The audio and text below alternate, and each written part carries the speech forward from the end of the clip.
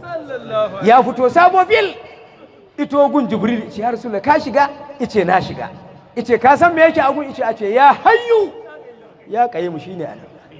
kaji siffar inda gun take ya Rasulullah ya ka ganshi ice yanda yake haka yake to ai ba amsa wa kullu ma qadara bil balika fallahu bi khilafin zalika duk abin da zuciyarka za ta tsarka haka Allah yake ba haka yake ba sabanin haka ne saboda haka suka kama tafiya sai ga su a sidratul muntaha da aka hango ta ganyenta kamar fadin Ka'aba yake da kewayenta gaba daya a wata ruwaya kamar fadin kunnen giwa yake kuma ganyen na azurfa ne ‘ya'yan ganyen magarya kuma na dinariya ne girman ‘ya'yan kamar tulun mutanen bani hijir mutanen annabi salih manya-manya kamar tulun mu a ce 10 a haɗe shi ɗaya ai kaga zai zama ƙato shi ne Allah ya musu ado fitulu ne manya-manya na magariyas amma ba magariya ce irin wannan tamu ta duniya wacce za mu gutsara mu ce ta ba gunya haske ke gun sai ana tafiya sai jibril haka ida bayan annabi na tafiya cakas da yake ganyen na azurfa ne ina tafiya cakas mala'ikun da suke gun su ne masalati da aka je tsakiya ce ya rasulullah ainihin ne gidana tsakiyar sidratul muntaha in ka gabana nan Allahu ne ya aike ni ya rasulullah je ko ganin ka sai ya taka sai ta hankace annabi ya leka ki to jibril anan kake yace ayyana nake yace abubakar wallahi sa duniya 70 a cikin gun ta zama kamar ma babu 70 ba duniya kalle ta 70 amma an jefa ta a tsakiyar sidratul muntaha tamkar a nome duniya dauki kwaya alkama aje a ce ya duniya ta ninka alkama ya zaka ce ai ba misali ko anan aka aje alkama kwaya daya aka ce ya dan gunne yaya bare duniya 70 to kaji yanda gun yake suka fito ana tafiya jibril yana jin daɗi ya nuna annabi gidansa ana tafiya sai jibril dab sai ya tsaya a wanda kwana annabi ji ba abunsa shi kuma annabi baya yin haka baya waiwaye sai dai haka in yi haka sai ya gano ma mil 200 a bayansa annabi muhammadu zaka ji an ce yana gani ta baya kamar ta gabansa to wannan tasa sai ce ya habibi ya halili ya masoyi ba daɗi ya naji ka tsaya sai ce ya annabin Allah wa ma minna illa wa lahu maqamun ma'lumun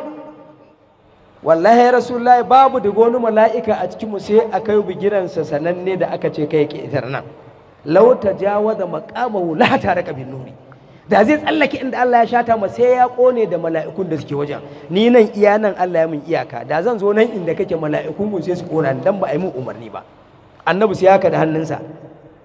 sai jibril ya ce ya annabin Allah kafaran ka ya baci kakkai bakin ciki ubangijin da ya aiko ni duniya ne ta to har na kaka nan shi zai aiko a kaka inda yake so a kai ka sai ce ya jibrilu a kaddari na da miƙidari na agun Allah na ƙara ma madadi keto ka zo nan gaba na ka tsaya ya san kuma annabi Muhammadu ba wanda ya san miƙidarin sa sai Allah ko akwai wanda ya sani ba wanda ya san miƙidarin annabi sai Allah jibrilu i haka ya gano mala'ikun da suke kona mala'ika sun zaro abun wal kuma ga annabi ya ce zo kuma wadi'ullaha wa man yuti'ir rasula to haka Allah ya ce abu Allah abu manzo kuma bin manzo Allah shine bin Allah jibril shi ya kai ayas ya san dole sai ya bi annabi sai ga to kawai bai ji iketo fa mala'ikun suna jibril ina annabi Muhammad shi ya bada umarni ce izo iketo gaban su izo gaban manzan Allah ya tsaya ce ya rasulullahi ashe nan gun haka yake juya ganin sa bai taba zuwa nan ba sai a zamanin manzan Allah shine zaka ji an ce annabi ya ƙara masa martaba da matsayi suka kuma gaba sai ce ya rasulullahi inda fa zaka je wajen kaliki zaka je makaluki bai sai je gun ba ya rasulullahi ai mun afuwa an yi tafiya mai nisa da ni ba ni tunanin koma ma nake za ga annabi ya tafiya da shi mai nisa sai ce to jibril in baka ana yace yawa ya rasulullahi abanna anan sai dai amma an ka banna anan kuma wancan hijabin wa zai keta da ni la ilaha illallah sai manzo Allah ce je ka akan ido na ina kallon ka wallahi mala'ikun haka suka kasa kallon idon manzo Allah jibrilin ito haƙi koma da ya je sai ya ce ya rasulullahi shikenan aje ci gaba to ai ya sha shi ko ba ya sha ba shi sa jibril ya ce ya rasulullahi ai a duniya ba a yayinka a sama ne ake yayinka haka jibril shi da manzo Allah ya gaya masa da Allah ya ce jibril sauka duniya ka tafi tun daga inda ka sauka zuwa gabas da yamma kudu da arewa ka gano na yi wani irin habibi rasulullahi ikewa duniya kaf yace tsarki ya tabbata ga Allah ba irinsa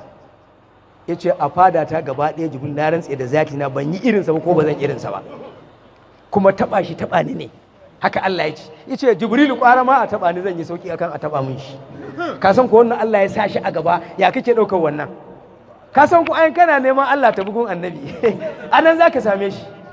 to wannan ta sa ƙarshen mu'amala annabi